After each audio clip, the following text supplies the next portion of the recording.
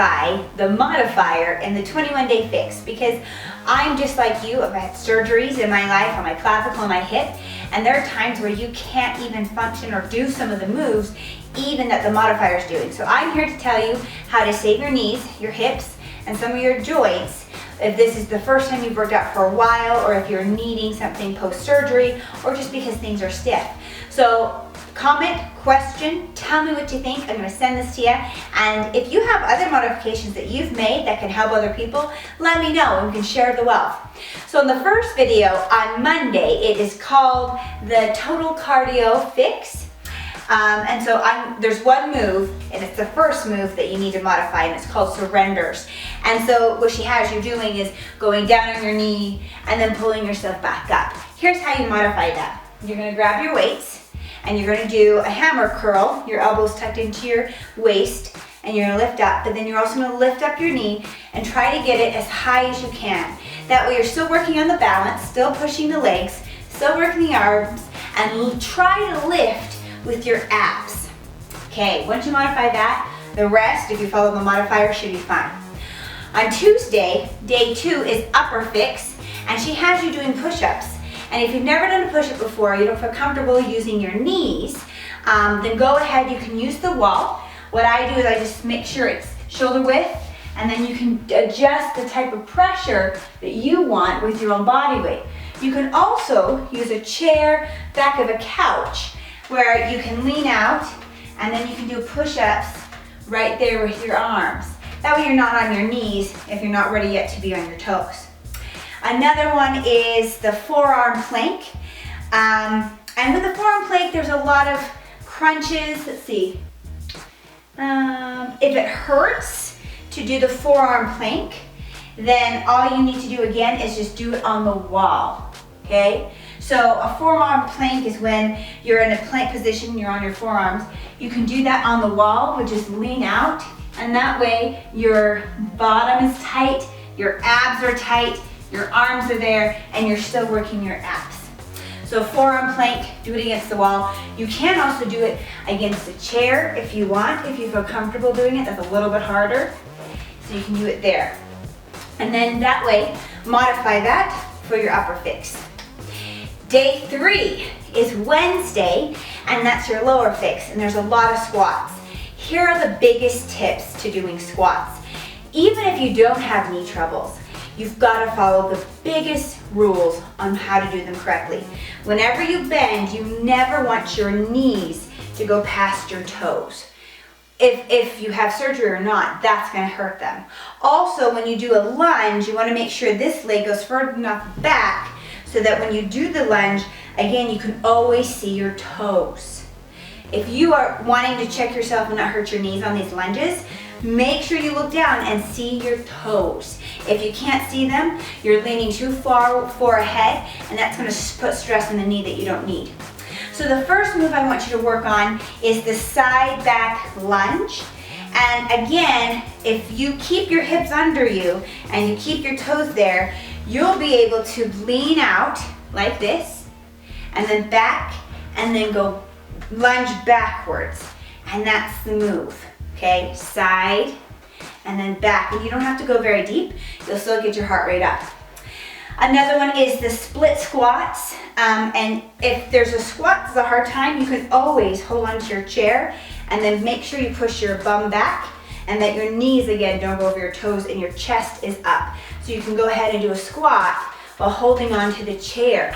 You can hold on to the chair this way, like that, or even just sideways to get used to it till you can move without having to hold on to it at all. And then you can start adding weights. The next one is the sumo squat. Again, you can go ahead and use your chair, so that way you can get used to tracking your knees out over the middle toe. So if it's a little bit hard, you can just go down a little bit and just use your squats from there. And again, that is for the sumo squat. And the last one is the fire hydrant. Okay, she has you going on all fours, hands and knees, but you can do this by using a chair as well. Hold on to your chair.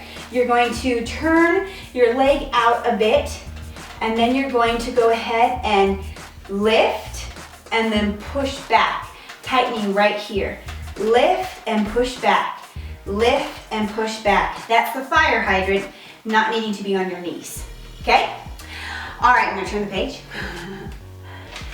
Then you have Pilates. And Pilates, a lot of it is on your hands and knees. So here are some modifications you can use when you do the 21-day fix Pilates workout. In the warm-up, she has you do a cat leg lift. You can do all the things that are hands and knees using your chair. So one thing she has you do is to go ahead and lift your leg and then breathe in and out. You can use that with your leg. You can even do the extension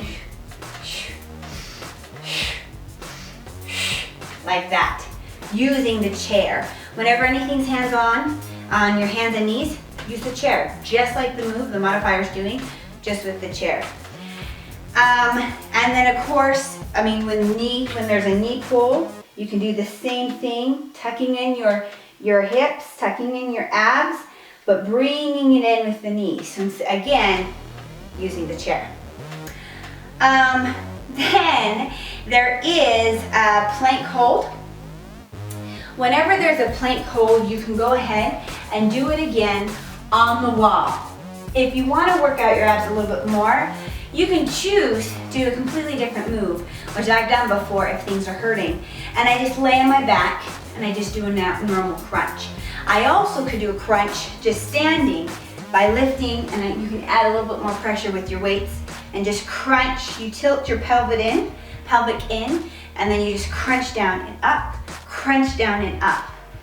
Again, if you need to do that plank hold for 60 seconds, you can do it off the wall. Okay?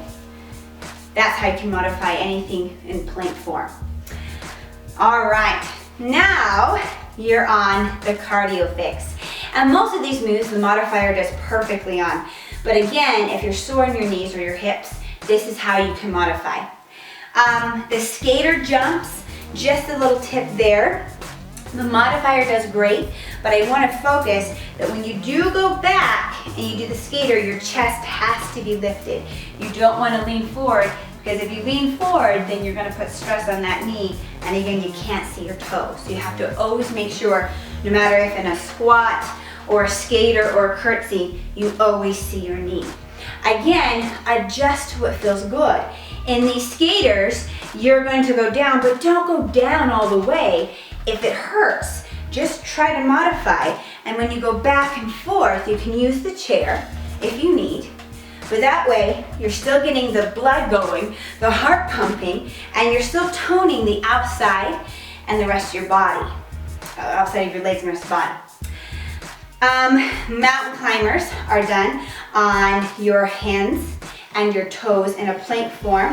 One way to do a mountain climber is to pull up your knee and put up your arms and just climb it like you're climbing a mountain like this. And you can even pick it up by lifting a little bit if you like, or add the intensity, adding weight by just lifting, lifting, lifting, lifting. This can be your mountain climber for your cardio.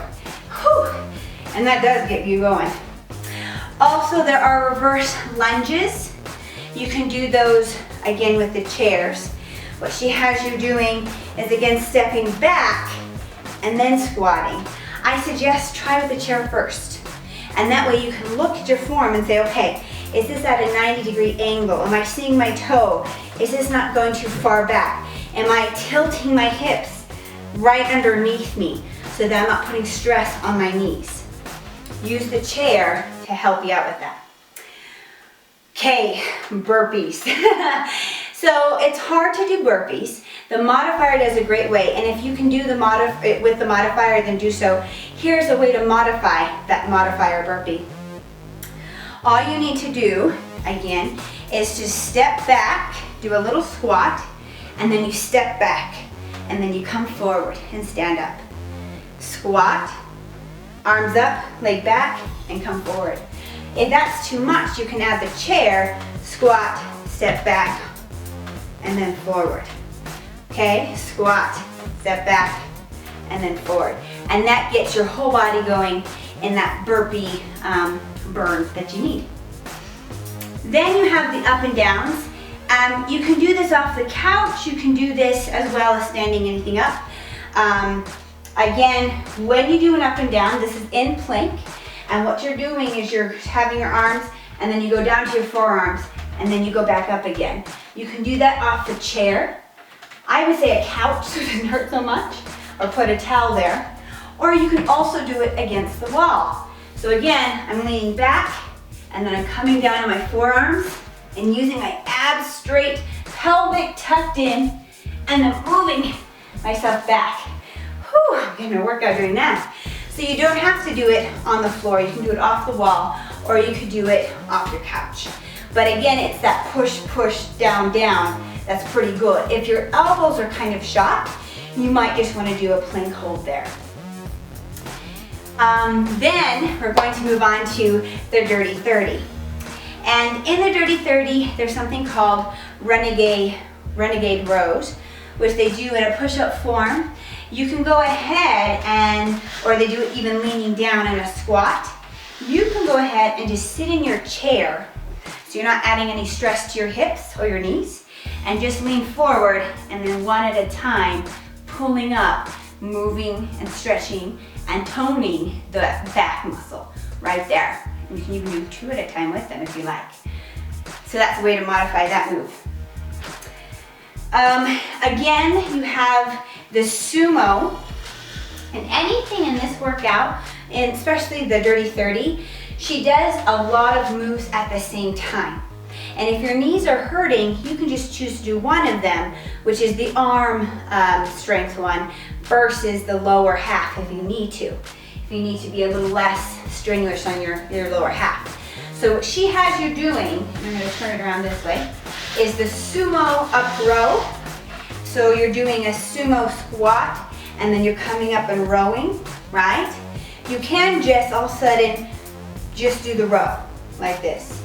Or what you can do is hold on to the chair and then squat and row one hand, and then you'll switch and have the chair on this side and squat and do the other.